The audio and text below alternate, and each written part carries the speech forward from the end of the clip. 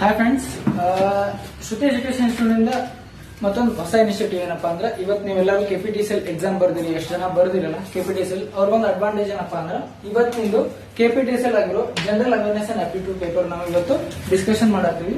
Paper series ಅಪ್ಪ ಪ್ರಶ್ನೆ ಓದಕ್ಕೆ version code D3. Okay, D3 over general studies around 30 to 32 questions ಏನಪ್ಪಾ 30ರಿಂದ 32 ಕ್ವಶನ್ಸ್ ಬಂದಾವ. ಆ 30ರಿಂದ 32 ಕ್ವಶನ್ಸ್ ಗಳನ್ನ ನಾವು ಇವತ್ತು ಡಿಸ್ಕಷನ್ ಮಾಡತ್ತೀವಿ. ಓಕೆ, ಕ್ವಿಕ್ ಡೀಟೇಲ್ಸ್ ಯಾಕಪ್ಪ ಈ ಪ್ರಶ್ನೆ ಯಾಕೆ ಬಂತು, ಎಲ್ಲಿತ್ತು, ಆಮೇಲೆ ಯಾವ ಪುಸ್ತಕದಲ್ಲಿದೆ ಅನ್ನೋದನ್ನ ನಾವು ಡೀಟೇಲ್ ಆಗಿ general studies only general studies ಅಷ್ಟ ನಾವು ಮಾಡತ್ತೀವಪ್ಪ ಇವತ್ತು ಡಿಸ್ಕಷನ್ ಮಾಡತ್ತೀವಿ. ಓಕೆ, ಹಂಗ ನೋಡ್ಬೇಕಾದ್ರೆ ಫಸ್ಟ್ ಕ್ವಶನ್ ಏನದ, common countries in both Quad and I2U2 coalition are. Okay, ಕನ್ನಡದಲ್ಲೂ ನೋಡೋಣ ಆಮೇಲೆ ಇಂಗ್ಲಿಷ್ ಅಲ್ಲೂ ನೋಡೋಣ. ಓಕೆ, ಯಾವ ಪ್ರಶ್ನೆ ಕನ್ನಡದಲ್ಲಪ್ಪ, ಕೆಲವೊಂದಷ್ಟು ಕನ್ನಡ ಕೆಲವೊಂದಷ್ಟು ಇಂಗ್ಲಿಷ್ ಸೂಟೇಬಲ್ ಆಗ್ತದೆ. ಅದಕ್ಕೆ ಎರಡು ಪ್ರಶ್ನೆ ಓದ್ತೀನಿ, ಬಟ್ ಉತ್ತರ ಒಂದೇ ಇರ್ತದೆ. Okay, common countries in both Quad and I2U2 coalition are. Okay, ಕನ್ನಡದಲ್ಲಿ ಏನಪ್ಪ ಇದು ಕ್ವಶನ್, ಕ್ವಾಡ್ ಮತ್ತು I2U2 ಈ ಎರಡು ರಾಷ್ಟ್ರಗಳ ಗುಂಪುಗಳಲ್ಲಿ ಸಮಾನವಾಗಿ ಇರುವ ದೇಶಗಳು ಅಂದ್ರೆ ಈ ಕ್ವಾಡ್ ಮತ್ತು I2U2 ಕೊಲೈಷನ್. ಓಕೆ, ಈ ಕ್ವಾಡ್ ಅಂದ್ರೆ ಏನಪ್ಪಾ, ಕ್ವಾಡ್ರಿಲೇಟರಲ್ ಸೆಕ್ಯೂರಿಟಿ ಡೈಲಾಗ್ಸ್ ಯಾವ ಕಂಟ್ರಿಗಳು ಮಾಡ್ತಾವ? ಫಸ್ಟ್ ಮೇಜರ್ ಆಗಿ ಭಾರತದ, ಆಸ್ಟ್ರೇಲಿಯಾದ, ಜಪಾನ್, ಅಗೇನ್ USA. ಓಕೆ, ಈ ಕ್ವಾಡ್ ಅನ್ನ ಯಾಕೆ ಸ್ಟಾರ್ಟ್ ಮಾಡಿದ್ವಪ್ಪ ಟು ಏನಪ್ಪಾ, ನಮ್ಮನ್ನ ಚೈನಾ ಬೆಳಿಲಿಕ್ಕೆ ಡಿಫೆನ್ಸ್ ಫೀಲ್ಡ್ ಅಲ್ಲಿ ಅದನ್ನ ಕಂಟ್ರೋಲ್ ಮಾಡ್ಲಿಕ್ಕೆ ಈ ಕ್ವಾಡ್ ಅನ್ನ ಸ್ಟಾರ್ಟ್ ಮಾಡಿರೋದು. ಯಾವುದು? ಕ್ವಾಡ್ರಿಲೇಟರಲ್ ಸೆಕ್ಯೂರಿಟಿ ಡೈಲಾಗ್. ಓಕೆ, ಈ ಕ್ವಾಡ್ರಿಲೇಟರಲ್ ಸೆಕ್ಯೂರಿಟಿ ಡೈಲಾಗ್ ಅನ್ನ ಸ್ಟಾರ್ಟ್ ಮಾಡಿರೋದು ಯಾವ ಮೆಂಬರ್ಸ್ ಅದಾವ? India, USA, Japan and Australia. Okay, ಈ 4 ದೇಶಗಳು ಕೂಡಿ ಈ ಕ್ವಾಡ್ ಅನ್ನ ಸ್ಟಾರ್ಟ್ ಮಾಡಿರೋದು. Again I2U2 ಕೊಲೈಷನ್ಸ್. ಈ I2U2 ಎಷ್ಟು ಕಂಟ್ರಿಗಳದಪ್ಪ? ಸೇಮ್ ಯಾವಪ್ಪ? I ಒಳಗೆ ಹೇಳ್ತದ ಇಂಡಿಯಾ ಮತ್ತು ಇಸ್ರೇಲ್. U2 ಅಂದ್ರ ಯುನೈಟೆಡ್ ಅರಬ್ ಎಂಪರೇಸ್, ಆಮೇಲೆ United state of America. Okay, ಅಂದ್ರೆ ಇಂಡಿಯಾ ಮತ್ತು ಇಸ್ರೇಲ್, ಯುನೈಟೆಡ್ ಅರಬ್, ಆಮೇಲೆ USA United state of America. ಈ I2 ಮತ್ತು U2 ಒಳಗಿರೋದು. ಹಾಗಾದ್ರೆ ಪ್ರಶ್ನೆ ಏನದ, common countries in both Quad and I2U2 coalitions are. ಅಂದ್ರೆ ಈ ಕಾಮನ್ ಕ್ವಾಡ್ ಮತ್ತು I2U2 ಇದ್ರೊಳಗ ಕಾಮನ್ ಕಂಟ್ರೀಸ್ ಗಳು ಯಾವಪ್ಪ? ನಿಮ್ಗೆ ಗೊತ್ತಿರೋ ಕ್ವಾಡ್ ನಿಮ್ಗೆ ಹೇಳಿದೆ ಇಂಡಿಯಾ ಮತ್ತು USA ಅದ. ಅಗೇನ್ I2 ಮತ್ತು U2 ಒಳಗು ಇಂಡಿಯಾ ಮತ್ತು USA ಅದು. ಓಕೆ, ಈ ಕೊಲೈಷನ್ ನಿಮ್ಗೆ ಹೇಳಿದ್ರು ಕ್ವಾಡ್ರಿಲೇಟರಲ್ ಸೆಕ್ಯೂರಿಟಿ ಲೆವೆಲ್ ಎದ್ರ ರಿಲೇಟೆಡ್ ಅದಪ್ಪ? Quadrilateral security related to defence ಅಂದ್ರೆ ಭಾರತ, ಆಮೇಲೆ ಆಸ್ಟ್ರೇಲಿಯಾ, ಜಪಾನ್, ಅಮೆರಿಕ, ಇವೆ 4 ದೇಶಗಳು ಕೂಡಿ ಚೈನಾ ಇನ್ ಡಿಫೆನ್ಸ್ ಒಳಗೆ ಬೆಳಿಲಿಕ್ಕತ್ತದ ಅಥವಾ ನಮ್ಮ ಹಿಂದೂ ಮಹಾಸಾಗರದೊಳಗೆ ಡೆವಲಪ್ಮೆಂಟ್ ಮಾಡ್ಲಿಕ್ಕೆ ಅದನ್ನ ಕಂಟ್ರೋಲ್ ಮಾಡ್ಲಿಕ್ಕೆ ಈ ಕ್ವಾಡ್ ಅನ್ನ ಸ್ಟಾರ್ಟ್ ಮಾಡಿದ್ರು. ಅದೇ ರೀತಿ I2 ಮತ್ತು U2 ಕೊಲೈಷನ್ಸ್ ಎದಕ್ಕೆ ಇರೋದಪ್ಪ? ಇನ್ವೆಸ್ಟ್ಮೆಂಟ್ ಮೇಜರ್ಲಿ ಎದ್ರ ಫೋಕಸ್ ಮಾಡ್ತೇವೆ 4 ರಾಷ್ಟ್ರಗಳು. ಇನ್ವೆಸ್ಟ್ಮೆಂಟ್ ಅಂಡ್ ಇನೋವೇಷನ್ಸ್ ಅಂದ್ರೆ ಹೊಸ ಇನೋವೇಷನ್ ಗಳ ಬಗ್ಗೆ ಡಿಸ್ಕಷನ್ ಮಾಡ್ಲಿಕ್ಕೆ ಅಥವಾ ಹೊಸ ಇನೋವೇಷನ್ ಬಗ್ಗೆ ಡಿಸೈಡ್ ಮಾಡ್ಲಿಕ್ಕೆ ಈ I2 ಮತ್ತು U2 ಕೊಲೈಷನ್ ಸ್ಟಾರ್ಟ್ ಮಾಡಿದ್ರು. ಓಕೆ, ಅದಕ್ಕಾಗಿ ಈ ಕ್ವಶನ್ ಬಂದಿರೋದು I2 ಮತ್ತು U2 common countries in both Quad and I2U2 coalitions ಅಲ್ಲಿ ಯಾವ ಕಂಟ್ರಿಗಳು ಕಾಮನ್ ಅದಪ್ಪ? ಭಾರತ ಮತ್ತು America. Answer is D3 series ಯಾರದಲ್ಲ ಕ್ವಶನ್ ನಂಬರ್ 22 ಅವರ answer D. Okay, next question, population density of India. Okay, what is population density? Density of population ಅಂದ್ರೆ ಏನಪ್ಪಾ? Number of people living in each unit of area ಅಂದ್ರೆ square kilometre ಅಲ್ಲಿ ಎಷ್ಟು ಜನ ಇರ್ತಾರ ಅದಕ್ಕೆ ಏನಂತಾರ? ಡೆನ್ಸಿಟಿ ಆಫ್ ಪಾಪ್ಯುಲೇಷನ್ ಅಂತಾರ. ಪಾಪ್ಯುಲೇಷನ್ ಡೆನ್ಸಿಟಿ ಆಫ್ ಇಂಡಿಯಾ ಒಳಗೆ ಎಷ್ಟದಪ್ಪ? ಅದು ಡೆನ್ಸಿಟಿ ಆಫ್ ಪಾಪ್ಯುಲೇಷನ್ ಎಷ್ಟದ? ಓಕೆ, ಪರ್ ಸ್ಕ್ವೇರ್ ಕಿಲೋಮೀಟರ್ ಎಷ್ಟು ಜನ ವಾಸಿಸ್ತಾರ ಅನ್ನೋದಕ್ಕ ಎಷ್ಟು ನಿಮ್ಗೆ ಆಪ್ಷನ್ಸ್ ಕೊಟ್ಟಾರ? 1307 per person square kilometre, 764.4 persons per square kilometre, 933.2 per square kilometre, 973.4 persons per square kilometre. Okay, ಭಾರತದಲ್ಲಿ ಜನಸಂಖ್ಯೆಯ ಸಾಂದ್ರತೆ ಎಷ್ಟದಪ್ಪ ಅನ್ನೋದು ಉತ್ತರ 473, 473.4. ಓಕೆ, ಉತ್ತರ 4. ಇದು ಯಾಕಪ್ಪ? ಇದು ಯಾವ ಸಬ್ಜೆಕ್ಟ್ ಬರ್ತದೆ? Related to economics. Okay, first one related to international relation. ನಾವು ಕ್ವಾಡ್ ಮತ್ತು I2U2 ನೋಡಿದ್ದು question number 22 related to international relation. Question number 23 population related to economics. Okay, next question, Shinzo Abe was a prime minister of Japan for ಎಷ್ಟು ವರ್ಷಗಳ ಕಾಲ? ನಿಮ್ಮ ಪ್ರಶ್ನೆ ಏನಪ್ಪ? Shinzo Abe ಅವರು ಜಪಾನ್ ದೇಶಕ್ಕೆ ಎಷ್ಟು ಅವಧಿಗೆ ಪ್ರಧಾನಮಂತ್ರಿಯಾಗಿದ್ದರು ಅಂದ್ರೆ ಎಷ್ಟು ಅವಧಿಗಾಗಿ ಪ್ರಧಾನಮಂತ್ರಿಯಾಗಿದ್ದಾರಪ್ಪ? ಆಪ್ಷನ್ ಅದಾವ ನಿಮ್ಗೆ 2 ಅವಧಿ, 3 ಅವಧಿ, 4 ಅವಧಿ ಮತ್ತು 1 ಅವಧಿ. ಓಕೆ, ನಾವು ನಾರ್ಮಲ್ ಆಗಿ ಇದು ಯಾಕದಪ್ಪ ನ್ಯೂಸ್ ಒಳಗೆ ಲಾಸ್ಟ್ ಮಂತ್ ನೋಡ್ತಿರ್ಬೋದು. ಇವರ ಪಬ್ಲಿಕ್ ಅಲ್ಲಿ ಏನಪ್ಪ ಶೂಟ್ ಔಟ್ ಆಗಿದೆ ಇವ್ರ ಮೇಲೆ, ಶೋನ್ಸ್ ಅಬಿ ಅವ್ರ ಮೇಲೆ ಪಬ್ಲಿಕ್ ಅಲ್ಲಿ ಶೂಟ್ ಔಟ್ ಆಗಿದೆ. ಅದಕ್ಕೆ ಇದು ಜನರಲ್ ಸ್ಟಡಿ ಅಂದ್ರೆ ಜನರಲ್ ನಾಲೆಜ್ ಕ್ವಶನ್ಸ್ ಇತ್ತು, ನ್ಯೂಸ್ ಪೇಪರ್ ಗೆಲ್ಲ ಬಂದಿತ್ತು. ಅದಕ್ಕೋಸ್ಕರ ಈ ಕ್ವಶನ್ ಇರೋದು. ಎಷ್ಟು ವರ್ಷಗಳ 2 ಟರ್ಮ್ಸ್, ಎಷ್ಟು ವರ್ಷಗಳ 2 ಟರ್ಮ್ಸ್ ಏನಪ್ಪ ಇದ್ರು, ಶೋನ್ಸ್ ಅಬಿ ಅವರು ಪ್ರೈಮ್ ಮಿನಿಸ್ಟರ್ ಆಫ್ ಜಪಾನ್ ಆಗಿದ್ರು. Okay, next question 25. Consider the following statements. Okay, carnivorous plants of a June and Nepenthes supplement their nutrient deficiency by the capturing insects through the leaf-evolved pitchers, which act as a biological traps. Okay, carnivorous plants have been known to employ a variety of techniques like nectar, smell, color, and ultraviolet fluorescence in a lure and a capture prey. Okay, ಇದು particular ಆಗಿ ಯಾವ subject ಒಳಗೆ ಬರ್ತದಪ್ಪ, related to science. Science ಒಳಗೆ environment ಒಳಗ ಇದೇನ್ ಬರ್ತದಪ್ಪ question ಬರ್ತದೆ. ಅದೇ ರೀತಿ ಕನ್ನಡದೊಳಗೂ ನೋಡೋಣ. ಕೆಳಕಂಡ ಹೇಳಿಕೆಗಳನ್ನು ಗಮನಿಸಿ. ನೆಪಥಿಸ್ ಜಾತಿಯ ಮಾಂಸಾಹಾರಿ ಸಸ್ಯಗಳು ತಮ್ಮ ಪೋಷಕಾಂಶದ ಕೊರತೆಯನ್ನು ಪೂರೈಸಿಕೊಳ್ಳಲು ಜೈವಿಕ ಬಲೆಗಳಾಗಿ ಕಾರ್ಯನಿರ್ವಹಿಸುವ ಎಲೆ ವಿಕಸಿತ ಹೋಜಿಗಳ ಮೂಲಕ ಕೀಟಗಳನ್ನು ಸೆರೆ ಹಿಡಿಯುತ್ತವೆ. ಓಕೆ, ಆಮೇಲೆ ಸೆಕೆಂಡ್ ಒನ್, ಮಾಂಸಾಹಾರಿ ಸಸ್ಯಗಳು ಬೇಟೆಯನ್ನು ಸೆಳೆಯಲು ಮತ್ತು ಸೆರೆ ಹಿಡಿಯಲು ಮಕರಂದ, ವಾಸನೆ, ಬಣ್ಣ ಮತ್ತು ನಿರಳಾತೀತ ಫ್ಲೋರೋಸೆನ್ಸ್ ನಂತಹ ವಿವಿಧ ತಂತ್ರಗಳನ್ನು ಬಳಸಿಕೊಳ್ಳುತ್ತದೆ ಎಂದು ತಿಳಿಯಬಹುದು. ಈ ಮೇಲಿನ ಹೇಳಿಕೆಗಳಲ್ಲಿ ಯಾವುದು ಸರಿಯಾಗಿದೆ ಅಂದ್ರೆ ಈ ಎರಡು ಹೇಳಿಕೆಗಳೇನದಪ್ಪ, ಈ ಹೇಳಿಕೆಗಳಲ್ಲಿ ರಿಲೇಟೆಡ್ ಟು ಕಾರ್ನಿವರಸ್ ಪ್ಲಾಂಟ್ಸ್ ಅಂದ್ರೆ ಕಾರ್ನಿವರಸ್ ಪ್ಲಾಂಟ್ಸ್ ಬಗ್ಗೆ ಈ ಕ್ವಶನ್ಸ್ ಅದ. ಈ ಕ್ವಶನ್ ಎರಡು ಪ್ರಶ್ನೆಗಳ ಬಗ್ಗೆ, ಎರಡು ಇದ್ರ ಬಗ್ಗೆ ಸ್ಟೇಟ್ಮೆಂಟ್ ಬಗ್ಗೆ ಯಾವ್ದು ಕರೆಕ್ಟ್ ಅದಪ್ಪ, ಇದರ answer B, both 1 and 2. Both 1 and 2 ಏನಪ್ಪಾ, ಇದು ಆನ್ಸರ್ ಕರೆಕ್ಟ್ ಅದ. ಓಕೆ, ಇದನ್ ಪ್ರೂಫ್ ನಮ್ಗೆ ಎಲ್ಲಿ ಸಿಗ್ತದಪ್ಪ, 2017 ದ ಹಿಂದೂ ನ್ಯೂಸ್ ಪೇಪರ್ ಯಾರಾದ್ರೂ ಓದ್ತಿದ್ರಪ್ಪ, ಅವ್ರ ಕಡೆ ಏನಾದ್ರು ನೋಟ್ಸ್ ಮಾಡಿದ್ರ, ಈ 2017 ಅಂದ್ರೆ 2017 ದ ಹಿಂದೂ ಪೇಪರ್ ಏನ್ ಮಾಡಿತ್ತು, ಪರ್ಟಿಕ್ಯುಲರ್ ಸಂಡೇ ಒಂದು ಎಡಿಷನ್ ಕೊಡ್ತದೆ ದ ಹಿಂದೊಳಗ ಪರ್ಟಿಕ್ಯುಲರ್ ಸಂಡೇ ಒಂದು science and technology, again research and development, ಈ ರೀತಿ ಒಂದು ಸೆಗ್ಮೆಂಟ್ಸ್ ಬರ್ತಾವ ಸೆಪರೇಟ್ ಆಗಿ. ಅದ್ರೊಳಗ ಈ ನ್ಯೂಸ್ ಇತ್ತು 2017 ಒಳಗೆ the Hindu news paper. Okay, ಆಗ ಅದ್ರ ಪ್ರಕಾರ ಇದ್ರ ಆನ್ಸರ್ ಏನಪ್ಪಾ, ಬೋತ್ 1 and 2. ಓಕೆ, ಇಷ್ಟು ಇವೆಲ್ಲ ಪ್ರಾಪರ್ ಆಗಿ ಸ್ಟಡಿ ಮಾಡಿ ನಿಮ್ಗೆ ಉತ್ತರ ಕೊಡ್ತಿರೋದು, ಇದರಲ್ಲಿ ಏನೂ ಡೌಟ್ ಇಲ್ಲ. ಇನ್ ಕೇಸ್ 1 ಅಥವಾ 2 ತಪ್ಪು ಆಗ್ಬೋದು, ನಾ ತಪ್ಪಾಗಂಗಿಲ್ಲ ಅಂತ ಹೇಳಂಗಿಲ್ಲ, ಬಟ್ ಇನ್ ಕೇಸ್ 1 ಅಥವಾ 2 ಎಲ್ಲಾದ್ರೂ ಒಂದ್ ಕಡೆ ತಪ್ಪಾಗಿರ್ಬೋದು, ಅದನ್ನ ನೀವು ನೋಡ್ಕೊಳ್ಳಿ. Okay, question number 26. Okay, question number 26 ಏನಪ್ಪ, ಎರಾ ಪೀರಿಯಡ್ ಅಪ್ರೋಚ್, ಆಮೇಲೆ ಲೈಫ್ ಮೇಜರ್ ಇವೆಂಟ್ಸ್, ಕಾಲ, ಅವಧಿ, ಯುಗ, ಜೀವನ ಮುಖ್ಯ ಘಟಕಗಳು. ಓಕೆ, ಇದು ಎದಕ್ಕೆ ರಿಲೇಟೆಡ್ ಕ್ವಶನ್ಸ್ ಅಪ್ಪ, ರಿಲೇಟೆಡ್ ಟು ಜಿಯೋಗ್ರಫಿ. ಇದು ಜಿಯೋಗ್ರಫಿ ರಿಲೇಟೆಡ್ ಕ್ವಶನ್ಸ್ ಅದ.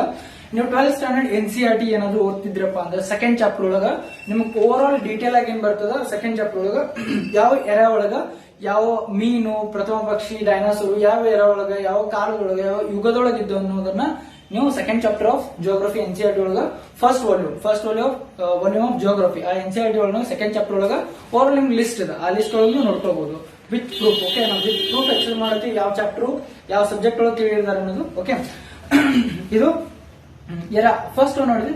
ಫಸ್ಟ್ ಒನ್ ಏನದಪ್ಪ, ಕೆಟ್ರಿಷನ್. ಈ ಕೆಟ್ರಿಷನ್ ಯಾವ ಕಾಲದಲ್ಲಿ ಯಾವ ಮುಖ್ಯ ಘಟನೆಗಳಾಗಿದ್ದವಪ್ಪ, ಜೀವನ ಮತ್ತು ಮುಖ್ಯ ಘಟನೆಗಳು.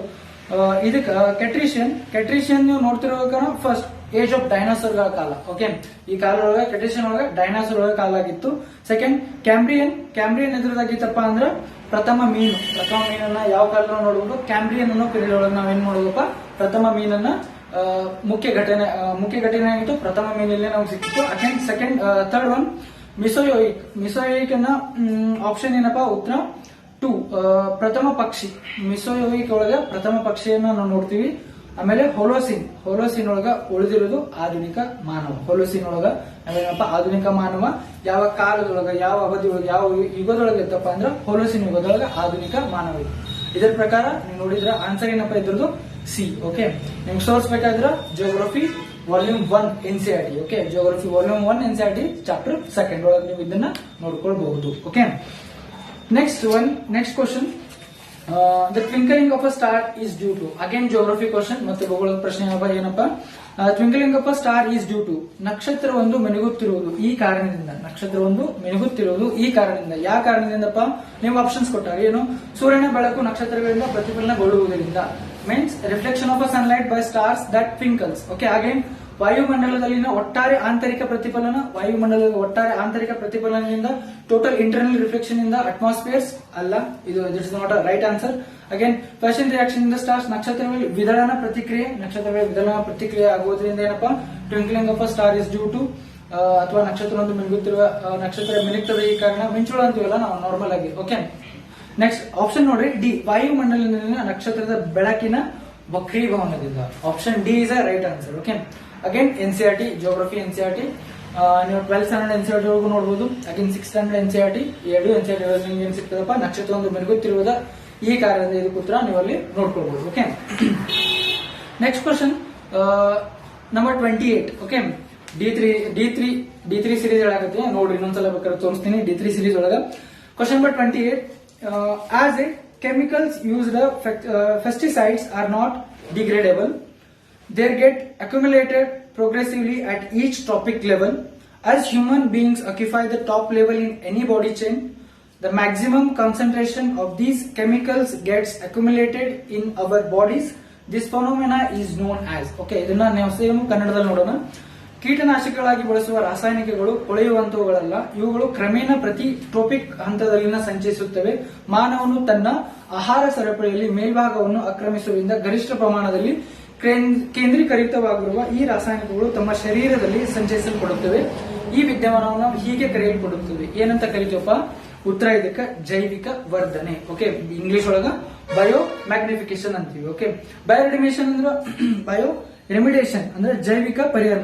ರಿಮೂವಿಂಗ್ ದ ಇನ್ವೈರನ್ಮೆಂಟಲ್ ಪೊಲ್ಯೂಟನ್ಸ್ ಏನಂತೀವಪ್ಪ ಅಂದ್ರೆ ಎನ್ವೈರನ್ಮೆಂಟ್ ವಾತಾವರಣದೊಳಗೆ ಏನಪ್ಪ ಪೊಲ್ಯೂಟನ್ಸ್ ಅದ ಅದನ್ನ ರಿಮೂವ್ ಮಾಡೋದಕ್ಕೆ ಏನಂತಾರ ಜೈವಿಕ ಪರಿಹಾರ ಅಂತಾರೆ. ಓಕೆ, ಜೈವಿಕ ವಿತರಣೆ ಅನ್ನೋದು ಎಕ್ಸ್ಪ್ಲನೇಷನ್ ಕ್ವಶನ್ ಅದ. ಜೈವಿಕ ವಿತರಣೆ ಅಂದರೆ ಏನಪ್ಪಾ ಅನ್ನೋದು ನಿಮ್ಗೆ ಎಕ್ಸ್ಪ್ಲೇನ್ ಕೊಟ್ಟಾರ. ಅದು ಯಾವ ಪ್ರಕಾರ ಏನಂತೀವಿ ಅನ್ನೋದು ಕೇಳೋದು ನಿಮ್ಗೆ ಆಪ್ಷನ್ಸ್ ಅದ. Okay, C ಬಯೋಟ್ರೋಫಿಕೇಶನ್. ಬಯೋಟ್ರೋಫಿಕೇಶನ್ ಅಂದ್ರ ನಾರ್ಮಲ್ ಆಗಿ ಏನಾಗ್ತದಪ್ಪ, ನಾವೆಲ್ಲ ಕೆರೆಗಳೆಲ್ಲ ನೋಡಿರ್ತೀವಿ, ಅದ್ರ ನಾರ್ಮಲ್ ಆಗಿ ಏನಪ್ಪಾ ಹಸಿರುಗಟ್ಟಿರ್ತದೆ. ಯಾಕ? Due to because of chemicals. ನಾವೇನ್ ಹೊಲ ಗದ್ದೆಗಳಲ್ಲಿ ಏನ್ ಕೆಮಿಕಲ್ಸ್ ಅನ್ನು ಯೂಸ್ ಮಾಡ್ತೀವಿ, ನೀರಿಗೆ ಹರಿತದ, ನೀರಿಗೆ ಹರಿದೇನಪ್ಪ ಆ ಕೆಮಿಕಲ್ಸ್ ಇಂದ ನಾರ್ಮಲ್ ಕೋಲ್ಸ್ ಏನೇನು ಇರ್ತಾವಪ್ಪ ನಮ್ಮಲ್ಲಿ ಕೆರೆಗಳಲ್ಲಿ ಏನೇನ್ ಇರ್ತಾವಲ್ಲ ಒಳಗಡೆ ಜಲಚರಗಳು, ಆ ಜಲಚರಗಳಿಗೆ ಬೇಕಾದ ಕೋರಲಿಪ್ಸ್ ಅದನ್ನ ಏನಪ್ಪಾ ಯೂಸ್ ಮಾಡ್ಕೊಳ್ಳಕ್ಕೆ ಮೀನು ಇವೆಲ್ಲ ಇರ್ತಾವ.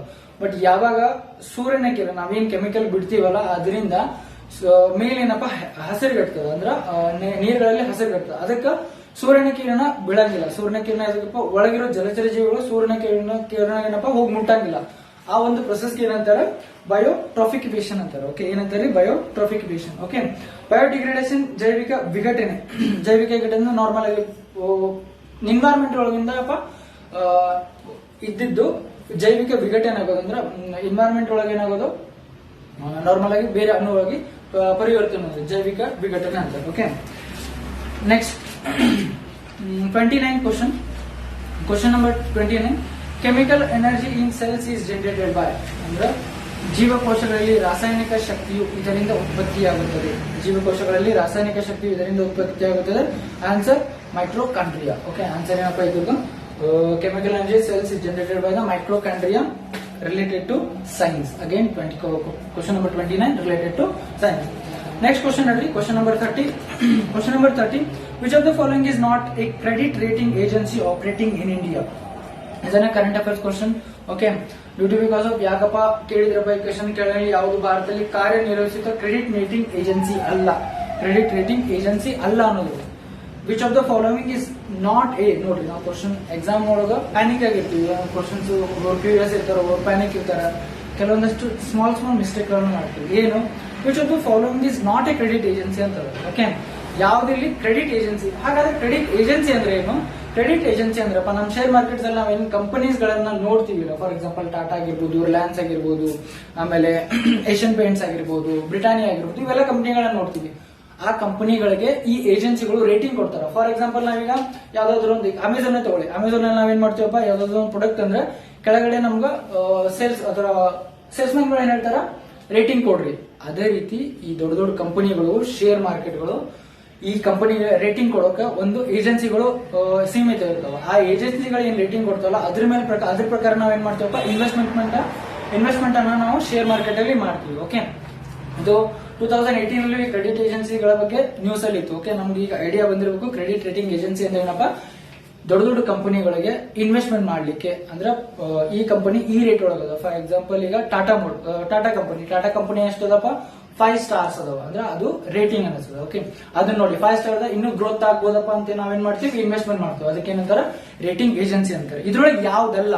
Okay, ICRA investing information and credit agency, ಅದ್ರ ಹೆಸರು ಹೇಳ್ತದೆ, ಇದನ್ನ ಕ್ರೆಡಿಟ್ ಏಜೆನ್ಸಿ. ನೆಕ್ಸ್ಟ್ CARE ಅಂತ ಕೊಟ್ಟಾರೆ ನಿಮಗೆ, credit analysis and researchers, this also credit rating agency. Third one IRCA full form ಏನಪ್ಪಾ ಅಂದ್ರೆ Indian reconstruction corporation of India limited, Indian reconstruction of corporation India limited. Okay, again CRISL credit rate credit rate information service of India limited. Okay, credit rate information service of India limited. ಇದರಲ್ಲಿ 30 questions ಗಳಿಗೆ 3 ACD, these are the credit rate agency. ಯಾವ್ದಲ್ಲಪ್ಪ ಅಂದ್ರೆ IRCA full form ನಮಗ್ ಗೊತ್ತಿದ್ರ we can easily eliminate. ಅಂದ್ರೆ ಮೂರನ್ನ ನಮ್ಗೆ 3 ಗೊತ್ತಿತ್ತಪ್ಪ ಅಂದ್ರೆ ನಾವು ಈಸಿಯಾಗಿ ಬಿ ಅಂತ ಆನ್ಸರ್ ಅನ್ನ ಕೊಡಬಹುದು. ಓಕೆ, ಇದ್ರ ಉತ್ತರ ಏನಪ್ಪ ಬಿ. 29 ಉತ್ತರ ಬಿ ಏನು ಮೈಕ್ರೋಕಾಂಡ್ರಿಯಾ. 30 ಕ್ವಶನ್ಸ್ ಉತ್ತರ IRCA full form Indian reconstruction corporation of India limited. Okay, next ನೋಡ್ರಿ FEMA. 31 FEMA was introduced in the year 1999 to replace an earlier act called. Okay, FEMA ಅಂದ್ರೆ ಏನಪ್ಪ, foreign exchange management act. FEMA ಅಂದ್ರೆ ಏನ್ರಿ, foreign exchange management act. Okay, ಏನದ ಪ್ರಶ್ನೆ, FEMA was introduced in the year 1999 to replace an earlier act called. ಅಂದ್ರೆ 1990ರ ವರ್ಷದಲ್ಲಿ ಫೇಮಾವನ್ನು ಯಾವ ಹಿಂದಿನ ಕಾಯ್ದೆಯ ಬದಲಾಗಿ ಪರಿಚಯಿಸಲಾಯಿತೆಂದರೆ, ಇದರಿಂದ ಯಾವ್ದು ಕಾಯ್ದೆ ಇತ್ತಪ್ಪ, ಇದ್ರ ಹೆಸರೇನಿತ್ತು? ಆಪ್ಷನ್ ಉತ್ತರ ಕೊಟ್ಟಾರ ನಿಮ್ಗ, FENA, ಫೆನಾ, ಫೆರಾ, ಫೆಟಾ ಅಂತ ಕೊಟ್ಟಾರ ನಿಮ್ಗ. But exact answer is FERA, foreign exchange regulation act. ಮೊದಲೇನೈತ್ರಿ, ಫಾರಿನ್ ಎಕ್ಸ್ಚೇಂಜ್ ರೆಗ್ಯುಲೇಷನ್ ಆಕ್ಟ್ ಇತ್ತು. ಯಾವ್ದಿತ್ತು? Foreign exchange regulation act, foreign exchange regulation act ಇತ್ತು. ಓಕೆ, ಅದ್ರ ಅನುಗುಣವಾಗಿಪ್ಪ 1990 replace an earlier act called as FERA ಅನ್ನ ಈಗೇನಪ್ಪ FEMA, foreign exchange management act FERA. Okay, 1999ರ ವರ್ಷದಲ್ಲಿ ಫೆಮಾವನ್ನು ಯಾವ ಹಿಂದಿನ ಕಾಯ್ದೆಯ ಬದಲಾಗಿ ಪರಿಚಯಿಸಲಾಯಿತೆಂದರೆ, ಯಾವ ಹಿಂದಿನ ಕಾಯ್ದೆ ಯಾವ್ದಿತ್ತಪ್ಪ? FERA, foreign exchange regulation act. Okay, ಅದೇ ರೀತಿ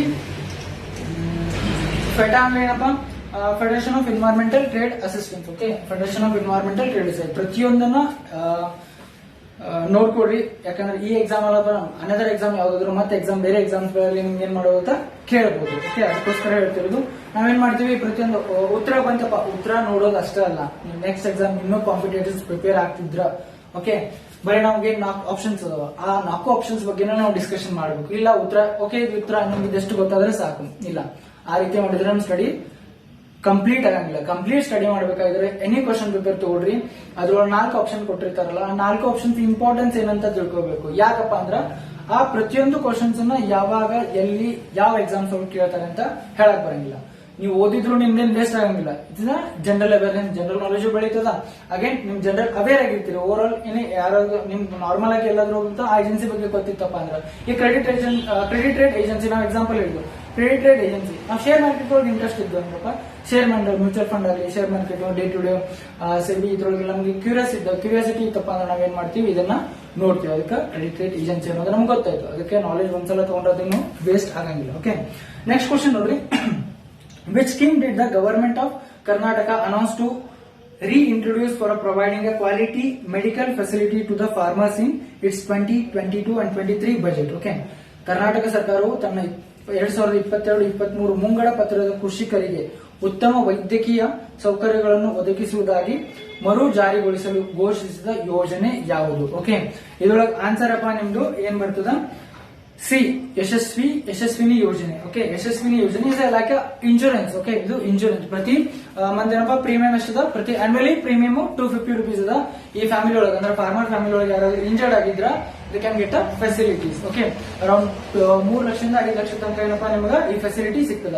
ಈ ಒಂದು ಯೋಜನೆಯನ್ನ 2022 ಮತ್ತು 23 ಕರ್ನಾಟಕ ಏನಪ್ಪ ಅದ್ರ ಬಜೆಟ್ ಅನೌನ್ಸ್ ಮಾಡ್ತಲ್ಲ ಆ ಬಜೆಟ್ ಅಲ್ಲಿ ಅನೌನ್ಸ್ ಮಾಡಿದ್ದಾರೆ. ಓಕೆ, ನಮ್ಗೆ ಇಂಪಾರ್ಟೆನ್ಸ್ ನೋಡ್ರಿ, ನಾವು KPSC ಬರೀಬಹುದು, ಸೆಂಟ್ರಲ್ ಗವರ್ಮೆಂಟ್ ಎನಿ ಎಕ್ಸಾಮ್ ಬರೀಬಹುದು. ನವಾಗ ಎಕನಾಮಿಕ್ ಸರ್ವೆ ಅಂತ ಬರ್ತದೆ state wise. Okay, state wise ಬರ್ತದೆ ಸೆಂಟ್ರಲ್ ಎಕನಾಮಿಕ್ ಸರ್ವೆ ನಾವು ಓದಿದ್ವಪ್ಪ ಅಂದ್ರೆ ಈ ರೀತಿ ಕ್ವಶನ್ಸ್ ಗಳನ್ನ ಈಸಿಲಿ ಸಾಲ್ವ್ ಮಾಡಬಹುದು. ಓಕೆ, ಪ್ರತಿ ವರ್ಷ ಏನ್ ಎಕನಾಮಿಕ್ ಸರ್ವೆ ಬಿಡ್ತಾರ. ಓಕೆ, ನಿಮ್ದು ಎಕ್ಸಾಮ್ ಯಾವಾಗ್ಲೇ ಇರಲಿ, ಬಟ್ ಯಾವಾಗ ಎಕನಾಮಿಕ್ ಬಜೆಟ್ ಮಂಡನೆ ಮಾಡ್ತಾರ, ಬಜೆಟ್ ನ ಪ್ರಾಪರ್ ಆಗಿ ಓದ್ರಿ. ರಿಲೇಟೆಡ್ ಇಂಪಾರ್ಟೆಂಟ್ ಟು ಎಕನಾಮಿಕ್ಸ್ ಇದ್ರೊಳಗೆ ಏನು ಕವರ್ ಆಗ್ತದಪ್ಪ, ನಿಮ್ ಮೇಜರ್ ಎಕನಾಮಿಕ್ ಕವರ್ ಆಗ್ತದ, ಪ್ಲಸ್ ಬೇಸಿಕ್ಸ್ ಕವರ್ ಆಗ್ತದೆ.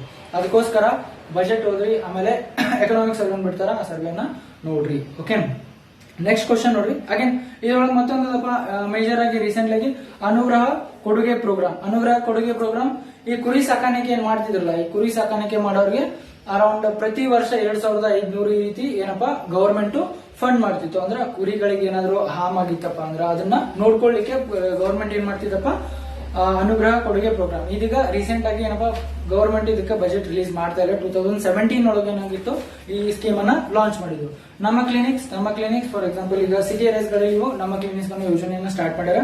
ನೆಕ್ಸ್ಟ್ ಪುಣ್ಯಕೋಟಿ ದತ್ತು ಯೋಜನೆ ಅಂದ್ರೆ ಏನಪ್ಪಾ ಜೋಕ್ ಅಂದ್ರೆ ಆಸ್ಪಿರೆಂಟ್ಸ್ ಅಂದ್ರೆ ನಾವು ಆಲ್ರೆಡಿ ಏನಪ್ಪಾ ದತ್ತು ಪುತ್ರರು ಇರ್ತೀವಿ ಎಲ್ಲ ಮನೆಯೊಳಗೆ, ನಮ್ದೇನು ಇನ್ಕಮ್ ಇರಂಗಿಲ್ಲ. ಓಕೆ, ಈ ಪುಣ್ಯಕೋಟಿ ದತ್ತು ಯೋಜನೆ ಅಂದ್ರ ಇಲ್ಲಿ ಆಕಳಗಳು ನಾವೇನ್ ನೋಡ್ತೀವಲ್ಲ, ಈಗ ಅಂದ್ರೆ ಏನು ಆಕಳಗಳು ಅಂತ ಅದನ್ನ ದತ್ತು ತಗೊಳ್ಳೋ ಯೋಜನೆ ಪುಣ್ಯಕೋಟಿ ದತ್ತು ಯೋಜನೆ ಅಂತಾರೆ. ಓಕೆ, ಹಂಗಂದ್ರೆ ನಾವು ಏನ್ ದತ್ತು ತಗೊಳ್ಳೋದಂತ ಆಸ್ಪಿರೆಂಟ್ಸ್. ಓಕೆ, ನಾವೇನಾದ್ರು ಪಾಸ್ ಆದವಪ್ಪ ಅಂದ್ರೆ ಲೈಕ್ ಏನ್ ಮಾಡ್ಯಪ್ಪ ಪುಣ್ಯಕೋಟಿ ಯೋಜನೆ ನಾವು ತಗೊಳ್ಬಹುದು. ಬಟ್ ಈಗ ನಾವೇನು ಆಲ್ರೆಡಿ ಮನೆಯೊಳಗ ಬೇಸ್ ಹೊಡಿಸಿದ್ದೀವಿ ಅನ್ಕೊಡ್ತೀವಿ. ಕೆಲವೊಂದಷ್ಟು ಜನ ಅಷ್ಟೇ, ಎಲ್ಲರಿಗೂ ಸೀಮಿತ ಆಗಂಗಿಲ್ಲ.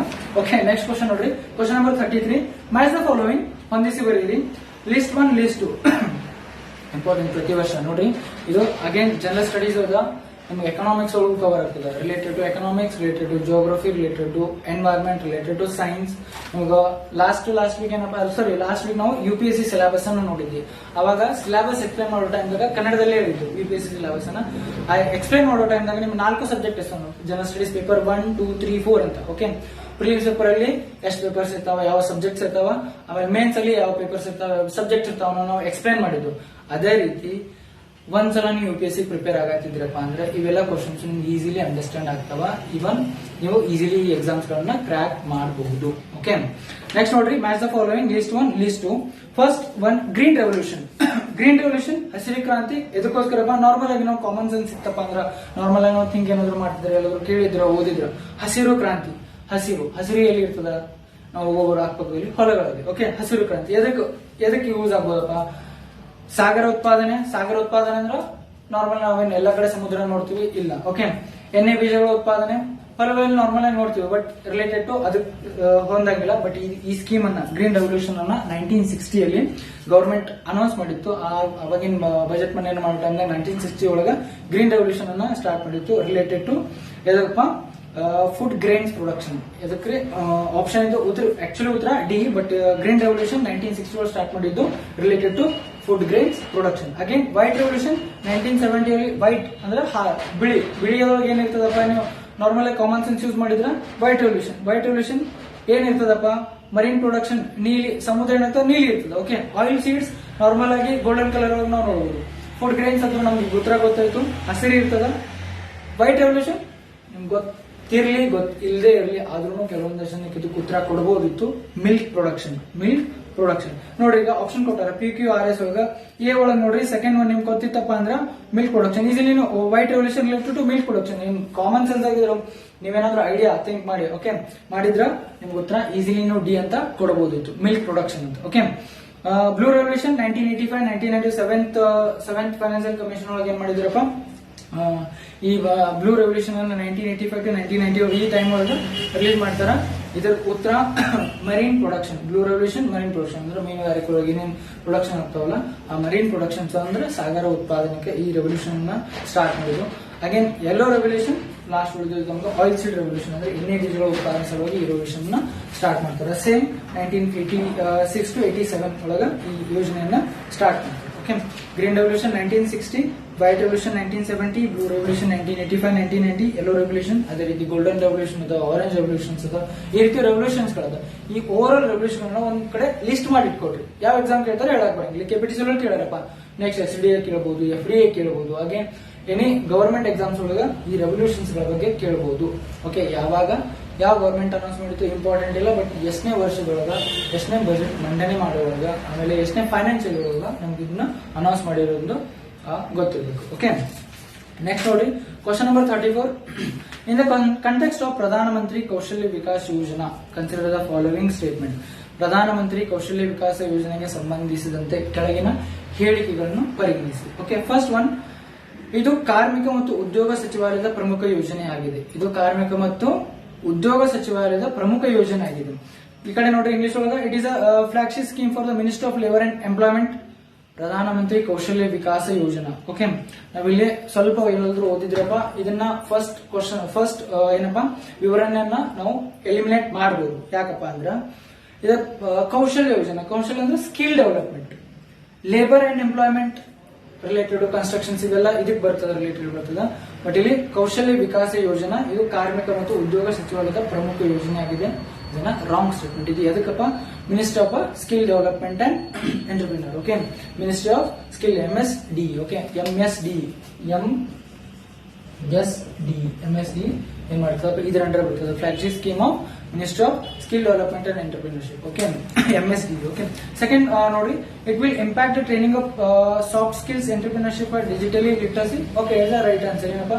ಮೃದು ಕೌಶಲ್ಯಗಳು, ಉದ್ಯಮಶೀಲತೆ ಮತ್ತು ಡಿಜಿಟಲ್ ಸಾಕ್ಷರತೆಗೆ ತರಬೇತಿ ನೀಡುತ್ತದೆ. Okay, right answer. ಇದು ಸೆಕೆಂಡ್ ಸ್ಟೇಟ್ಮೆಂಟ್ ಕರೆಕ್ಟ್ ಅದ. ಥರ್ಡ್, ಇಟ್ ಏಮ್ಸ್ ಟು ಅಲಿಗನ್ ಏನಪ್ಪ competences of an unregulated workforce of a country to the national skill qualification framework. Okay, NSQ ಒಳಗ ಅಂಡರ್ ಕೆಲಸ ಮಾಡ್ತದೆ. ಇದು ದೇಶದ ಅನಿಯಂತ್ರಿತ ಕಾರ್ಯಪಡೆಯನ್ನು ರಾಷ್ಟ್ರೀಯ ಕೌಶಲ್ಯ ಅರ್ಹತಾ ಚೌಕಟ್ಟಿಗೆ ಸಮರ್ಥವಾಗಿ ಜೋಡಿಸುವ ಉದ್ದೇಶವನ್ನು ಹೊಂದಿದೆ. ಓಕೆ, ಇದು ಕರೆಕ್ಟ್ ಆನ್ಸರ್. ಹಾಗಾದ್ರೆ ಆನ್ಸರ್ ಏನಾಗಿರ್ಬೋದಪ್ಪ ನಮ್ದು 2 and 3. ಫಸ್ಟ್ ಒನ್ ಎಲಿಮಿನೇಟ್ ಮಾಡಿದ್ರೆ ನೀವು 2 and 3 is the answer. Okay, ಎರಡನೇ ಮತ್ತು ಒಂದು. ಫಸ್ಟ್ ಒನ್ ಎಲಿಮಿನೇಟ್ ಮಾಡಿದ್ರೆ ಫಸ್ಟ್ ಒನ್ ಈಸಿಲಿ ನೀವು 2 ಆಪ್ಷನ್ ಮೈನಸ್ ತೆಗಿಬಹುದು. ಉಳಿದಿರೋದು 2 ಆಪ್ಷನ್ ಉಳಿತಾವ ನಿಮಗೆ. ಫಸ್ಟ್ ಮತ್ತು ಎ ಮತ್ತು ಸಿ, ಅದರ ಎಕ್ಸಾಕ್ಟ್ ಆನ್ಸರ್ ಸಿ. ಸೆಕೆಂಡ್ ಸ್ವಲ್ಪ ಓದಿರೋ third statement, second statement proper ಆಗಿ ಗೊತ್ತಿತ್ತಪ್ಪ, ಸ್ವಲ್ಪ ಜನ ನಿಮ್ ಕಾಮನ್ ಸೆನ್ಸ್ ಯೂಸ್ ಮಾಡಿದ್ರೆ ಸೆಕೆಂಡ್ ಆನ್ಸರ್ ನಿಮ್ಗೆ ಕನ್ಫರ್ಮ್ ಬರ್ತದೆ. ಬಟ್ ಥರ್ಡ್ ಆನ್ಸರ್ಸ್ ಅಲ್ಲಿ ನಿಮ್ಗೆ NSDL ಅಂತೂ ಕನ್ಫ್ಯೂಷನ್ ಆಗ್ಬೋದು, NSDL ಕನ್ಫ್ಯೂಸ್ ಆಗ್ಬೋದು, ಅಥವಾ NSQF ಅಂತ ಕನ್ಫ್ಯೂಸ್ ಆಗ್ಬೋದು. ಓಕೆ, 35 ನೋಡ್ರಿ question number. In the year 2021 the largest share of Indian imports came from. ಅಂದ್ರೆ 2021ನೇ ವರ್ಷದಲ್ಲಿ ಭಾರತದ ಆಮದುಗಳ ಅತಿ ದೊಡ್ಡ ಪಾಲು ಬಂದಿರುವುದು ಎಲ್ಲಿಂದಪ್ಪ? ಆಮದುಗಳ ಅತಿ ದೊಡ್ಡ ಪಾಲು ಬಂದಿರುವುದು ಯಾವ ದೇಶದಿಂದ? ನೋಡ್ರಿ, ಒಂದ್ ಸಿಂಪಲ್ ನಿಮ್ಗೆ ಈ ಕ್ವಶನ್ ಒಳಗ ಯಾವ್ದೇ ಒಂದು ಕ್ವಶನ್ ಆಮದು, ರಫ್ತು, ಆಮೇಲೆ ಅತಿ ಹೆಚ್ಚಾಗಿ ಯಾವ ದೇಶದೊಳಗದ ನಾವು ಓದಿಲ್ಲ ಅಂತ ತಿಳ್ಕೊಡ್ರಿ. ಅದ್ರೊಳಗೆ ಚೈನಾ ಅಂತಿತ್ತಪ್ಪ ಅಂತ ಕಣ್ಮುಚ್ಚುತ್ರ. ಓಕೆ, ಕೆಲವೊಂದಷ್ಟು ಮೇಜರ್ ಆಗಿ 80% ಅಂತಪ್ಪ China is a right answer. ಇದರಲ್ಲಿ ಕೂಡ ಯಾವ್ದಪ್ಪ right answer? China. Okay, in the year of 2021 the largest share of Indian imports came from. Normal ಆಗಿ ಭಾರತಕ್ಕ ಮೇಜರ್ ಆಗಿ ಇಂಪೋರ್ಟ್ ಎಲ್ಲಿಂದ ಆಮದು ಯಾವ ದೇಶದಿಂದ ಮಾಡ್ಕೊಳ್ತೀವಪ್ಪ? ನಾವು ಚೈನಾದಿಂದನೇ ಮಾಡ್ಕೊಳ್ತೀವಿ. ನಾವೇ ಅಲ್ಲಿಗತ್ತೀವಿ made in China, made in India. Okay, good initiative government of India, good initiative. ಏನಪ್ಪ? ಮೇಡ್ ಇನ್ ಇಂಡಿಯಾ ನಾವು ಮಾಡೋಣ, ಭಾರತದೊಳಗೆ ಉತ್ಪಾದನೆ ತಯಾರು ಮಾಡೋಣ.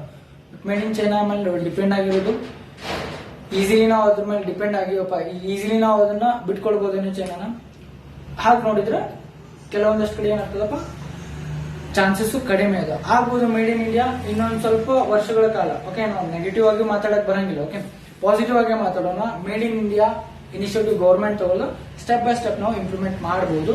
ಬಟ್ ಚೈನಾ ಮೇಲೆ ಡಿಪೆಂಡೆನ್ಸಿ ಕಡಿಮೆ ಹಾಕೊಂಡ್ ಬರ್ತದೆ. ನಾವು ಯಾವಾಗ ಮೇಡ್ ಇನ್ ಇಂಡಿಯಾ ಮೇಲೆ ಜಾಸ್ತಿ ಒತ್ತು ಕೊಡ್ತೀವಲ್ಲ, ಅವಾಗ ಮೇಡ್ ಇನ್ ಚೈನಾ ನಾವು ಭಾರತ ಆಮದು ಮಾಡ್ಕೊಳ್ಳೋದನ್ನ ಕಡಿಮೆ ಮಾಡಬಹುದು. ಓಕೆ, ನೆಕ್ಸ್ಟ್ ಯಾವ್ದಪ್ಪ? ಫಸ್ಟ್ ಆದ್ರೆ China, second again USA, United state of America, third UAE. First ಏನ್ರಿ? China, second USA, third UAE. Okay, 36 question ನೋಡ್ರಿ. ಇದು ರಿಲೇಟೆಡ್ ಟು ಎಕನಾಮಿಕ್ ಸರ್ವೆ. ಈ ಕ್ವಶನ್ಸ್ ನಿಮ್ಗೆ ಉತ್ತರ ಸಿಗೋದಪ್ಪ economic survey. Economic survey Indian economic survey ಏನಿರ್ತದೆ ಆ ಸರ್ವೆ ಒಳಗ ಎಕನಾಮಿಕ್ ಸರ್ವೆ ಒಳಗ ಇದು ಸಿಗ್ತದೆ. ಓಕೆ, 36 ಕ್ವಶನ್ ನೋಡಿ. The archaeologist who discovered the earliest stone hand axe in Karnataka was. ಈ ಕ್ವಶನ್ ಯಾಕಿತ್ತಪ್ಪ ಅಂದ್ರೆ this person has recently died. Okay, ಈ ಮನುಷ್ಯನೊಬ್ಬ ರೀಸೆಂಟ್ಲಿ ಇವ್ರದ್ದು ಡೆತ್ ಆಗಿರೋದಕ್ಕೋಸ್ಕರ ಈ ಕ್ವಶನ್ ಕೇಳೋದು. Archaeologist who discovered the earliest stone had N X in Karnataka was. Okay, ಕರ್ನಾಟಕದಲ್ಲಿ ಅತಿ ಪ್ರಾಚೀನವಾದ ಕಲ್ಲಿನ ಕೊಡಲಿಯನ್ನು ಕಂಡುಹಿಡಿದ ಪುರಾತತ್ವ ಶಾಸ್ತ್ರಜ್ಞ ಯಾರು? Robert Bruce foot. ಆನ್ಸರ್ ಏನ್ರಿ? Robert Bruce foot. ಇದು ಕ್ಲಿಯರ್ ಕಟ್. ಯಾಕಪ್ಪ ಇತ್ತು ಪ್ರಶ್ನೆ? ರೀಸೆಂಟ್ ಆಗಿ ಡೆತ್ ಆಗ್ಯದ, ಅದಕ್ಕೋಸ್ಕರ ಈ ಪ್ರಶ್ನೆ ನಿಮ್ಗೆ ಇತ್ತು. Next 37 examine the following statement on ವಿಹಾರಸ್.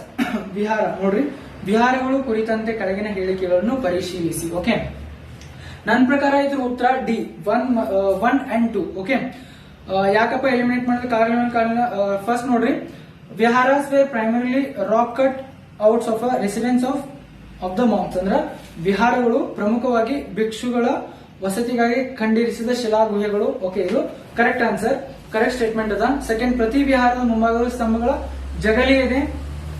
ಸ್ತಂಭಗಳ ಜಗಲಿ ನಾವು ಪ್ರತಿ ಅಜಂತ ಎಲ್ಲೋರ ಕೇವ್ಸ್ ಗಳನ್ನು ನೋಡ್ತೀವಪ್ಪ. ವಿಹಾರಗಳು ಏನಿದೆ ಮುಂಭಾಗದಲ್ಲಿ ಸ್ತಂಭಗಳ ಜಗಲಿ ಇದೆ. ಅಂದ್ರೆ ಪ್ರತಿಯೊಂದು ಕಡೆ ಯಾವ್ದಾಗ ಬದಾಮಿ ಒಳಗೆ ಹೆಂಗದಾವಪ್ಪ ಕೇವ್ಸ್ ಹೆಂಗದಾವಲ್ಲ ಅದೇ ರೀತಿ ವಿಹಾರಗಳಲ್ಲಿ ನಾವೀಗ ಅಜಂತ ಮತ್ತು ಎಲ್ಲರ ತಗೊಂಡ್ರೆ ಪ್ರತಿ ಮುಂಭಾಗದಲ್ಲಿ ಸ್ತಂಭಗಳನ್ನ ಇರಿಸಲಾಗಿದೆ. ಓಕೆ, ಅದಕ್ಕೋಸ್ಕರ ಫಸ್ಟ್ ಮತ್ತು ಸೆಕೆಂಡ್ ಇಸ್ ರೈಟ್.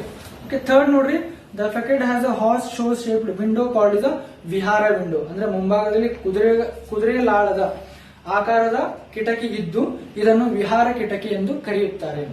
ಓಕೆ, ಇದು ನನಗೆಲ್ಲ ಸ್ಟೇಟ್ಮೆಂಟ್ ಸಿಗ್ಲಿಲ್ಲ. ಇವನ್ ಹಿಸ್ಟ್ರಿ ಬುಕ್ಸ್ ಗಳಲ್ಲಿ ಐನ್ಸೆಂಟ್ ಉಪೇಂದ್ರ ಇವೆಲ್ಲ ಬುಕ್ಸ್ ಗಳಲ್ಲ, ಪುಸ್ತಕಗಳಲ್ಲಿ ಇದು ಸಿಗ್ಲಿಲ್ಲ.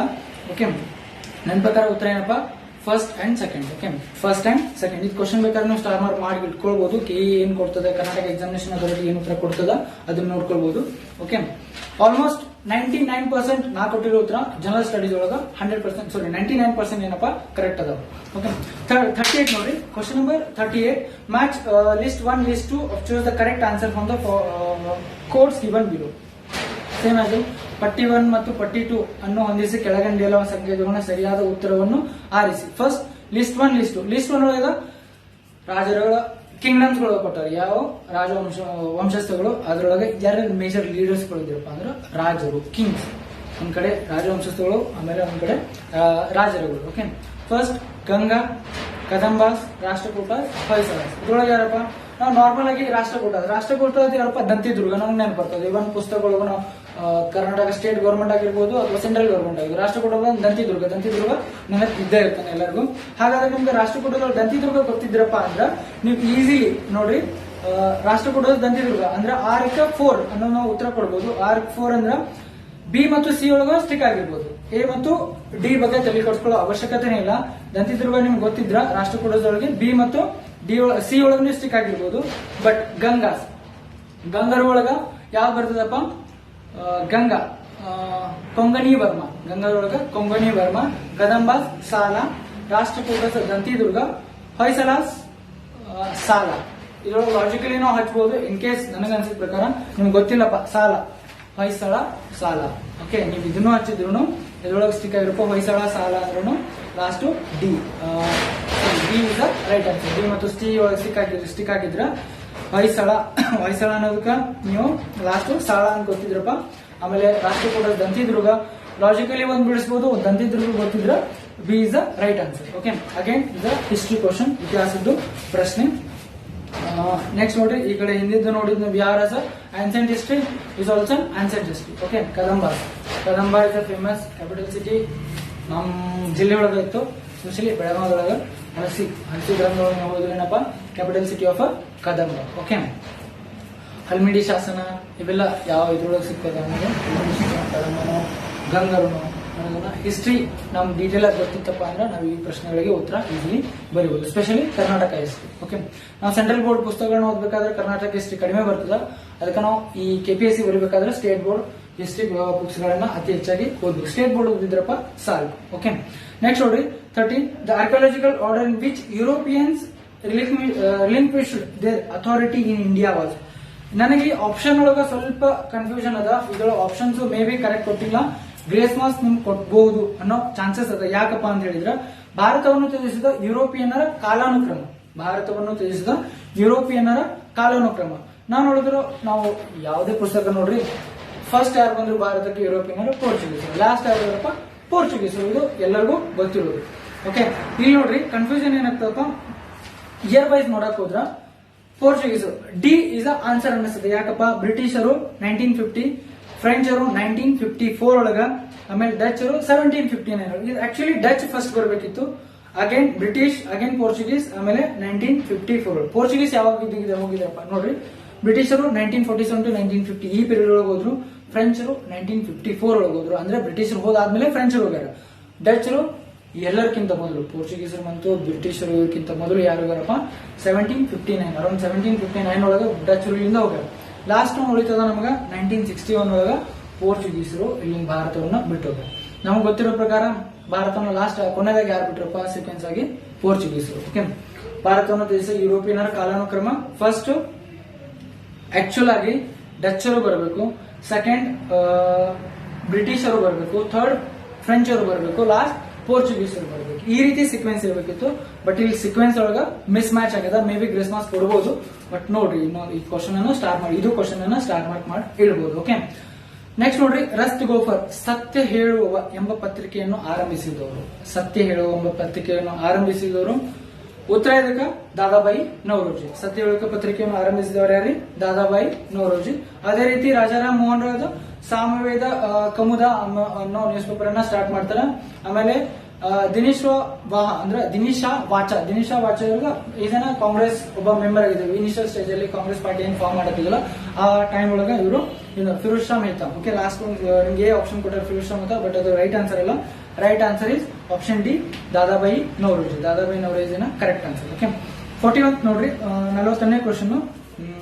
The state cannot put restrictions on the freedom of formation of association in the grounds of. Okay, ಹಿಂಗಡೆ ಕ್ವಶನ್ ಏನಿತ್ತು? 40 question related to modern history, 39 modern history, 38 ancient history. Okay, ಇದರಲ್ಲಿ middle history ಕೇಳಿಲ್ಲ, ಮಧ್ಯಯುಗದ ಭಾರತದ ಬಗ್ಗೆ ಕೇಳಿಲ್ಲ, ಆನ್ಸಿಯಂಟ್ ಮತ್ತು modern history ಬಗ್ಗೆ ಕೇಳಿಲ್ಲ. 41 question related to Indian polity. Okay, the state cannot put restrictions on the freedom of formation of association on grounds. Okay, ಸಂಘ ಸಂಸ್ಥೆಗಳನ್ನು ರಚಿಸಿಕೊಳ್ಳುವ ಸ್ವಾತಂತ್ರ್ಯವನ್ನು ಯಾವ ಕಾರಣ ನೀಡಿ ನಿರಾಕರಿಸುವಂತಿಲ್ಲ.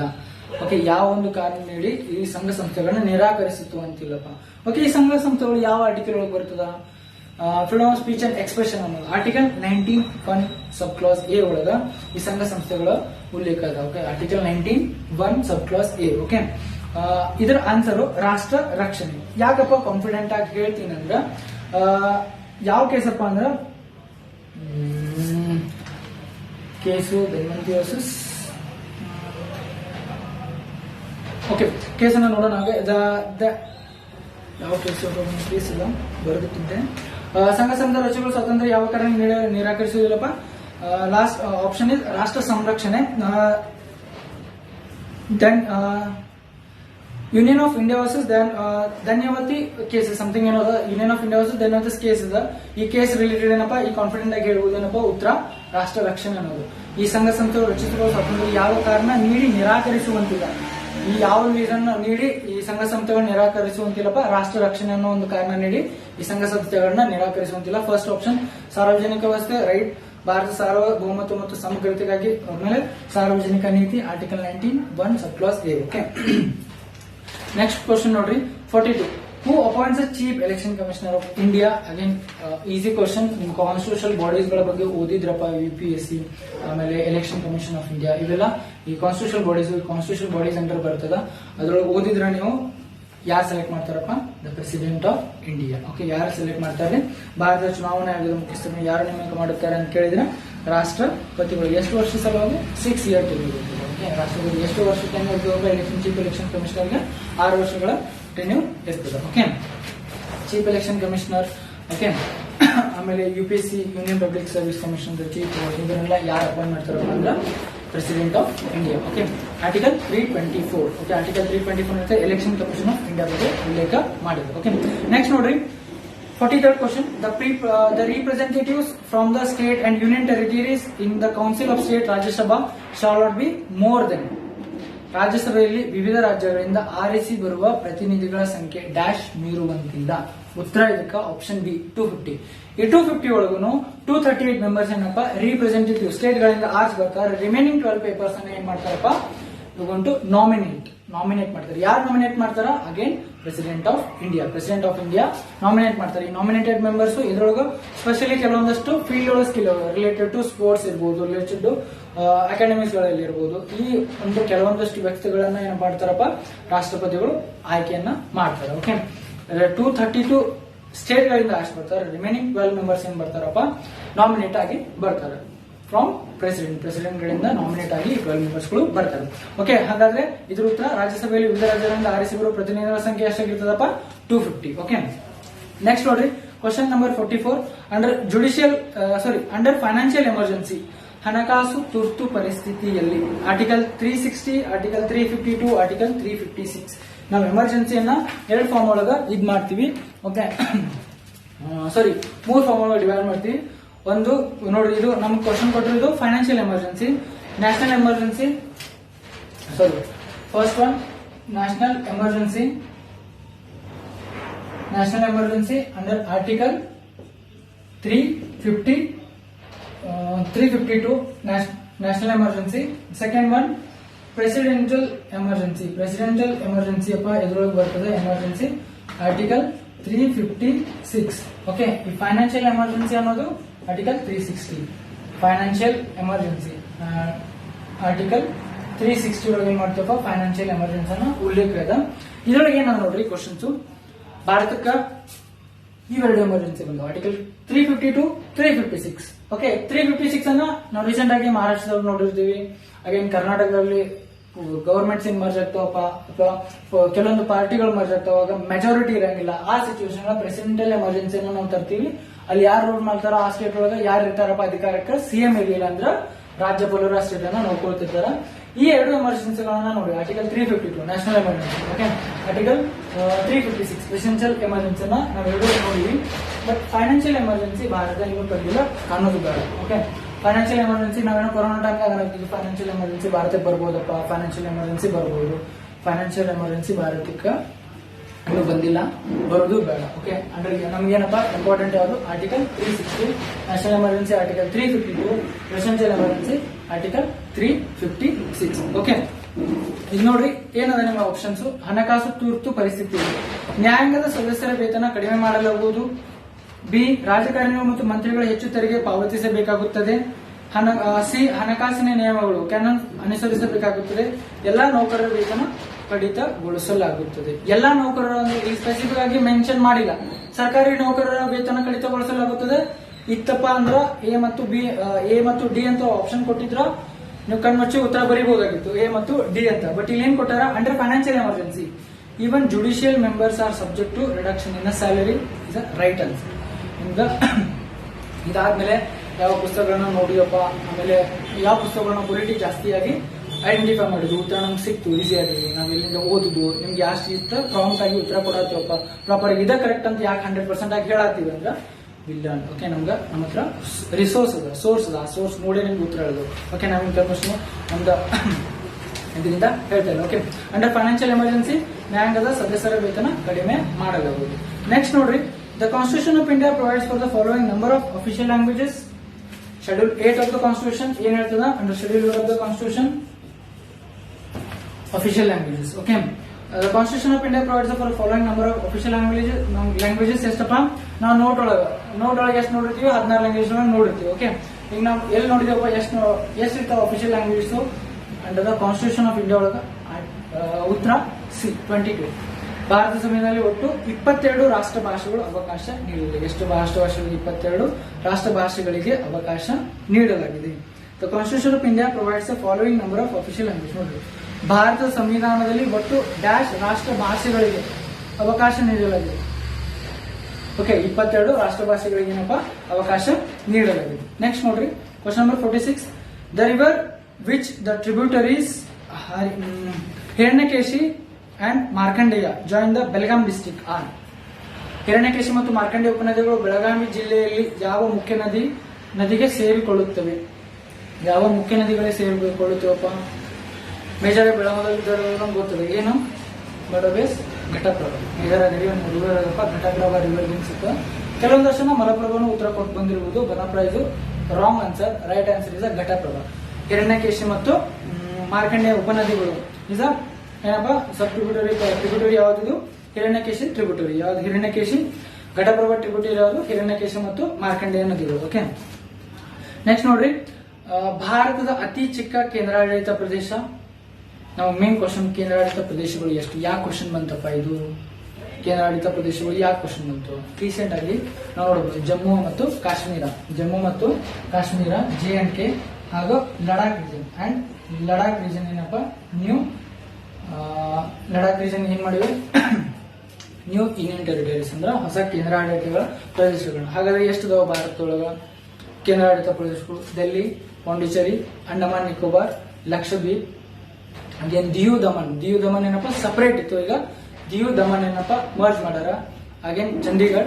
ಟೋಟಲ್ ಆಗಿ 8 ಲಕ್ಷದ್ವೀಪಗಳು, ಸಾರಿ ಕೇಂದ್ರಾಡಳಿತ ಪ್ರದೇಶಗಳು ಭಾರತದಲ್ಲಿ ಇದಾವೆ. ಓಕೆ, ಪಾಂಡಿಚೇರಿ ಟೋಟಲ್ ಆಗಿ 8. ಒಂದು ಡೆಲ್ಲಿ, ಅಗೇನ್ ಪುದುಚೇರಿ, ಆಮೇಲೆ ಡೆಲ್ಲಿ, ಪುದುಚೇರಿ, ಥರ್ಡ್ ಒನ್ ಅಂಡಮಾನ್ ನಿಕೋಬಾರ್, ಲಕ್ಷದ್ವೀಪ್, ಆಮೇಲೆ ನಿಮ್ದು ದಿಯು ದಮನ್, ಜಮ್ಮು ಅಂಡ್ ಕಾಶ್ಮೀರ್ ಮತ್ತು ಲಡಾಖ್ ರೀಜನ್. ಓಕೆ, ಟೋಟಲ್ ಆಗಿ 8 ಏನಪ್ಪಾ ಕೇಂದ್ರಾಡಳಿತ ಪ್ರದೇಶಗಳು ಭಾರತದೊಳಗ ಅದಾವ. ನೆಕ್ಸ್ಟ್ ಒನ್ ನೋಡ್ರಿ, ನಿಮ್ ಕೊಟ್ಟಾರ ಅಂಡಮಾನ್ ನಿಕೋಬಾರ್ ಐಲ್ಯಾಂಡ್, ಛತ್ತೀಸ್ಗಢ, ಪಾಂಡಿಚೇರಿ, ಲಕ್ಷದ್ವೀಪ್.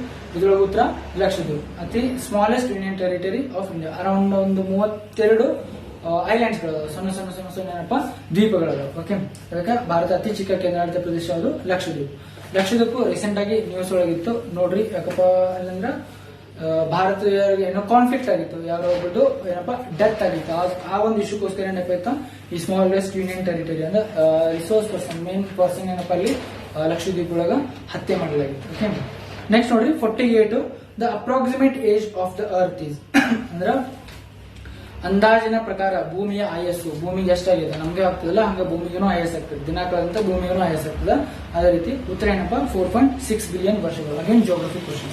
ಎಷ್ಟಪ್ಪ ಉತ್ತರ ಏನು 4.6 ಬಿಲಿಯನ್ ವರ್ಷಗಳು. ನೆಕ್ಸ್ಟ್ ನೋಡ್ರಿ, the country which has the largest railway network is NCERT. ಹಳೆ ಎನ್ಸಿಆರ್ಟಿ ನೋಡ್ಬೋದು, ಒಂದು ಮ್ಯಾಪ್ ಅದ, ಆ ಮ್ಯಾಪ್ ಒಳಗ ರಷ್ಯಾ ತೋರಿಸ್ತದೆ. ಬಟ್ ಲಾರ್ಜೆಸ್ಟ್ ರೈಲ್ವೆ ನೆಟ್ವರ್ಕ್ ಯಾವ್ದು ಹೊಂದದಪ್ಪ? ಚೈನಾ. ಒಂದು ಅರೌಂಡ್ 1 lakh ಕಿಲೋಮೀಟರ್ಸ್ ಪ್ರಕಾರ ಏನಪ್ಪ ಅದು ಚೈನಾ ರೈಲ್ವೆ ನೆಟ್ವರ್ಕ್ ಹೊಂದದ. ಅಗೇನ್ ರಷ್ಯಾ ಸೆಕೆಂಡ್ ಬರ್ತದೆ 85,500. ನೆಕ್ಸ್ಟ್ ಇಂಡಿಯಾ ಒಳಗ 65,000 ಕಿಲೋಮೀಟರ್ಸ್ ಏನಪ್ಪ ರೈಲ್ವೆ ನೆಟ್ವರ್ಕ್ ಅದ. US ಇದು ಅಷ್ಟು ಐಡಿಯಾ ಇಲ್ಲ. Okay, first China, second Russia, third Bharat. India ಒಳಗೆ 65,000, ರಷ್ಯಾ 85,500, ಅರೌಂಡ್ 1 lakh ತನಕ ಯಾವ್ದಪ್ಪ ಚೈನಾದು ಅದ. ನೆಕ್ಸ್ಟ್ ಕ್ವಶನ್ ನೋಡ್ರಿ, the percentage of foreign trade of India carried through the ocean is ಅಂದ್ರ ಭಾರತದ ವಿದೇಶಿ ವ್ಯಾಪಾರದ ಎಷ್ಟು ಶೇಕಡಾ ಪ್ರಮಾಣವು ಸಮುದ್ರದ ಮೂಲಕ ನಡೆಯುತ್ತದೆ? ಸಮುದ್ರ ಮೂಲಕ ಎಷ್ಟು ನಡೀತದಪ್ಪ ಅಂದ್ರ ಅರೌಂಡ್ 99% ಏನಾಗ್ತದ್ರಿ ಭಾರತದ ವಿದೇಶಿ ವ್ಯಾಪಾರ ಏನೋ ವ್ಯವಸ್ಥೆಯಿಂದ ನಡೀತದ ಸಮುದ್ರದ ಮೂಲಕನ ನಡೀತದೆ. ಎಷ್ಟು? 99%. Okay, which famous British next question, ಇದರ ಉತ್ತರ 50 question A 99%. 51 question, which famous British theatre director is known of his adoption of a Mahabharata into drama? Peter Brooke, Australian. ನೋಡ್ರಿ, ಮಹಾಭಾರತವನ್ನು ನಾಟಕ ರೂಪದಲ್ಲಿ ನಿರ್ದೇಶಿಸಿದ ಪ್ರಸಿದ್ಧ ಬ್ರಿಟಿಷ್ ರಂಗ ನಿರ್ದೇಶಕ. ಓಕೆ, ಇವ್ರದ್ದು ರೀಸೆಂಟ್ಲಿ ಡೆತ್ ಆಗಿರೋದು ಪೀಟರ್ ಬ್ರೂಕ್ ಅವ್ರದ್ದು. ಆಸ್ಟ್ರೇಲಿಯಾ ಮಹಾಭಾರತವನ್ನು ನಾಟಕ ರೂಪದಲ್ಲಿ ನಿರ್ದೇಶಿಸಿದ ಪ್ರಸಿದ್ಧ ಬ್ರಿಟಿಷ್ ರಂಗ ನಿರ್ದೇಶಕ ಯಾರು? ಉತ್ತರ ಪೀಟರ್ ಬ್ರೂಕ್. ಓಕೆ, ಇದು ಪೀಟರ್ ಬ್ರೂಕ್ ಅನ್ನೋದು ಉತ್ತರ. ರೀಸೆಂಟ್ಲಿ ಡೆತ್ ಆಗಿದೆ, ಅದಕ್ಕೆ ಕರೆಂಟ್ ಅಫೇರ್ಸ್ ಅಂದ್ರೆ ಜನರಲ್ ಸ್ಟಡೀಸ್ ಒಳಗಿತ್ತು, ಅದಕ್ಕೆ ಇದು ಕ್ವಶನ್ ಇರೋದು. Next 52 the first woman of African and Arab origin to enter the tennis grand slam final. Okay, ಎಷ್ಟು ಗ್ರ್ಯಾಂಡ್ ಸ್ಲಾಮ್ ನಡೀತಾವ ಅನ್ನೋದು ಇಂಪಾರ್ಟೆಂಟ್ ಅದ ನಮ್ಗೆ. ಅದು ಆಸ್ಟ್ರೇಲಿಯನ್, ವಿಂಬಲ್ಡನ್, ಫ್ರೆಂಚ್, ಆಮೇಲೆ US ಓಪನ್. ಓಕೆ, ಇವು 4 ಗ್ರ್ಯಾಂಡ್ ಸ್ಲಾಮ್. ಅದು ಟೆನ್ನಿಸ್ ಏನ್ ಸ್ಪೋರ್ಟ್ಸ್ ಒಳಗ ಮೇಜರ್ ಆಗಿ ಎಷ್ಟು ಗ್ರ್ಯಾಂಡ್ ಸ್ಲಾಮ್ ನಡೀತಾವಪ್ಪ? ಒಂದು USA, ವಿಂಬಲ್ಡನ್, ಫ್ರೆಂಚ್ ಓಪನ್, ಆಮೇಲೆ ಆಸ್ಟ್ರೇಲಿಯನ್ ಓಪನ್. ಇದಕ್ಕೆ 4 ಗ್ರ್ಯಾಂಡ್ ಸ್ಲಾಮ್ ಅಂತ. ಅದ್ರೊಳಗ the first woman of American and Arab origin enter the tennis grand slam. Grand slam tennis ಟೂರ್ನಿಯ ಫೈನಲ್ ಪ್ರವೇಶದ ಆಫ್ರಿಕಾ ಮತ್ತು ಅರಬ್ ಮೂಲದ ಮೊದಲ ಮಹಿಳೆ ಯಾರಾಗಿದ್ರಪ್ಪ ಅಂದ್ರೆ ಆನ್ಸ್ ಜಬೀರೆ. ಆಪ್ಷನ್ ಸಿ ಉತ್ತರ ನಿಮಗೆ. ಆಪ್ಷನ್ ಸಿ ಏನು ಆನ್ಸ್ ಜಬೀರೆ ಏನಾಗಿದ್ರಪ್ಪ African and Arab origin enter in to the tennis grand slam ಒಳಗ ಎಂಟರ್ ಆಗಿದ್ರು. ಓಕೆ, ನಂಬರ್ 53 ನೋಡ್ರಿ, dash from Karnataka was recently nominated to Rajya Sabha. ಇತ್ತೀಚೆಗೆ ಕರ್ನಾಟಕದಿಂದ ರಾಜ್ಯಸಭೆಗೆ ನಾಮನಿರ್ದೇಶನಗೊಂಡವರು ಯಾರು? ನಮ್ಗೆ ಅನ್ಸೋದು Nirmala Sitharaman. No, that is not a right answer. ಏನಪ್ಪಾ ರೈಟ್ ಆನ್ಸರ್? ವೀರೇಂದ್ರ ಹೆಗ್ಡೆ ಅವರು ರಾಜ್ಯಸಭಾಗ ಕರ್ನಾಟಕ ರೀಸೆಂಟ್ಲಿ ನಾಮಿನೇಟೆಡ್ ರಾಜ್ಯಸಭಾ ಧರ್ಮಸ್ಥಳ ಧರ್ಮಾಧಿಕಾರಿಯವರು ವೀರೇಂದ್ರ ಹೆಗ್ಡೆ ಅವರು ರಾಜ್ಯಸಭಾಗ ರೀಸೆಂಟ್ಲಿ ನಾಮಿನೇಟ್ ಆಗ್ಯಾರ. ಎಲ್ಲಿಂದ? ಕರ್ನಾಟಕದ. ಅದೇ ರೀತಿ PT ಉಷಾ ಫ್ರಮ್ ಕೇರಳ, ಆಮೇಲೆ ರಾಮಕೃಷ್ಣ ರಾವ್, ಆಮೇಲೆ ಸೀತಾರಾಮ್ ನಾಯಕ್. ಇವರು ಏನಪ್ಪಾ PT ಉಷಾ ಎಲ್ಲಿಂದ ಆಯ್ಕೆ ಆಗ್ಯಾರಿ? ಕೇರಳದಿಂದ. ಹಿಂದಿ ಒಳಗ ಅವೈಲೇಬಲ್, ಇಂಗ್ಲಿಷ್ ಒಳಗದ, ಬಟ್ ಕನ್ನಡದಲ್ಲಿ ಅವೈಲೇಬಲ್ ಇಲ್ಲ. ಓಕೆ, ಯಾರಾದ್ರೂ ಕುಂತು ಬರೀತಾರೆ ನೋಡಿ ದೊಡ್ಡ ಬುಕ್. ಓಕೆ, ನೆಕ್ಸ್ಟ್ ನೋಡ್ರಿ, ಕನ್ನಡ ಕನ್ನಡ ವ್ಯಾಕರಣ ಯಾರು ಬರೆದಪ್ಪ? ಎನ್ ಗೋಪಾಲಕೃಷ್ಣ ಉಡುಪ್. ಗೋಪಾಲಕೃಷ್ಣ ನನ್ನ ಫ್ರೆಂಡ್ ಕೊಟ್ಟಿರೋ ಬುಕ್ ಎನ್ ಗೋಪಾಲಕೃಷ್ಣ ಉಡುಪ್. ಈ ಎನ್ ಗೋಪಾಲಕೃಷ್ಣ ಉಡುಪ್ ಬಗ್ಗೆ ನೀವು ನೋಡ್ರಿ ಕನ್ನಡ ವ್ಯಾಕರಣ ಮತ್ತು ರಚನೆ ಇದನ್ನ ನೋಡಿದ್ರೆ ನೀವು FD ಏನ್ SD ಎಕ್ಸಾಮ್ ಇರ್ತಲ್ಲ, ಕನ್ನಡ ಪೇಪರ್ ಏನ್ ಸಪರೇಟ್ ಇರ್ತಲ್ಲ, ಆ ಸಪರೇಟ್ ಪೇಪರ್ಸ್ ಒಳಗೆ ಹೋಲ್ ಸಿಲೆಬಸ್ ಆಫ್ ಕನ್ನಡ ವ್ಯಾಕರಣ ಇದ್ರೊಳಗದ. ಈ ಪುಸ್ತಕನ ರೆಫರ್ ಮಾಡ್ರಿ. ಅಗೇನ್ ಲಾಸ್ಟ್ ನಿಮಗೆ ಕಂಪ್ಯೂಟರ್ ಇತ್ತು, ಹಿಸ್ಟ್ರಿ ಇತ್ತು, ಪೊಲಿಟಿ ಇತ್ತು. ಶಾರ್ಟ್ ಆಗಪ್ಪ ನಾವು ಒಂದೇ ತಿಂಗಳೊಳಗೆ ಎಲ್ಲ ಓದ್ಬೇಕು, ನನ್ಗೆಲ್ಲ ಗೊತ್ತಾಗ್ಬೇಕಂದ್ರ ಜನರಲ್ ನಾಲೆಜ್ ಬ್ಲೂಸನ್, ಈ ಜನರಲ್ ನಾಲೆಜ್ ಬ್ಲೂಸನ್ ಬುಕ್ ಅನ್ನ ರೆಫರ್ ಮಾಡಿದ್ರೆ ನಿಮಗೆ ಕಂಪ್ಯೂಟರ್ ಕವರ್ ಆಗ್ತದ, ಹಾಗೇನ್ ಹಿಸ್ಟ್ರಿ ಕವರ್ ಆಗ್ತದ, ಪೊಲಿಟಿ ಕವರ್ ಆಗ್ತದ, ಜನರಲ್. ಇದೊಂದು ಪುಸ್ತಕ ಹೋಗಿದ್ರೆ ಲಾಸ್ಟ್ 1 ಮಂತ್ ಅಥವಾ 2 ಮಂತ್ ಈ ಒಂದೇ ಪುಸ್ತಕ ಓದ್ತಿದ್ರು ಅರೌಂಡ್ ನೀವು ಇಲ್ಲಂದ್ರೂ ಒಂದು 60-70 ಕ್ವಶನ್ಸ್ ಈಸಿಲಿ ಕ್ರ್ಯಾಕ್ ಮಾಡ್ತೀವಿ. ಕಂಪ್ಯೂಟರ್ ಒಳಗ, ಜಿಯೋಗ್ರಫಿ ಒಳಗ, ಪೊಲಿಟಿ ಒಳಗ, ಹಿಸ್ಟ್ರಿ ಒಳಗ. ಓಕೆ, ಅದನ್ನ ತೆಗೆದು ನೋಡ್ರಿ, ಅದ್ರೊಳಗೂ ಅದಾವ ಕ್ವಶನ್ಸ್. ಹಾಗೆ ನಮ್ಮ ಸೋರ್ಸು ಬೇರೆನದ. ಜನರಲ್ ಸ್ಟಡೀಸ್ ಲಕ್ಷ್ಮೀಕಾಂತ್ ಒಳಗೆ ನೋಡಿದ್ವಿ. ಹಿಸ್ಟ್ರಿ ಸ್ಪೆಕ್ಟ್ರಮ್ ಅಂತ ಬರ್ತದ, ಸ್ಪೆಕ್ಟ್ರಮ್ ಅಲ್ಲಿ ನಿಮ್ಗೆ ಡೀಟೇಲ್ ಆಗಿ ಸಿಗ್ತದ. ಆನ್ಸಿಯಂಟ್ ನಾವು ನೋಡ್ಬೇಕಾದ್ರೆ ಸತೀಶ್ ಚಂದ್ರ, ಆಮೇಲೆ ರಮೇಶ್ ಚಂದ್ರ, ಈ ರೀತಿ ಬುಕ್ಸ್ ಗಳದಾವ NCERT.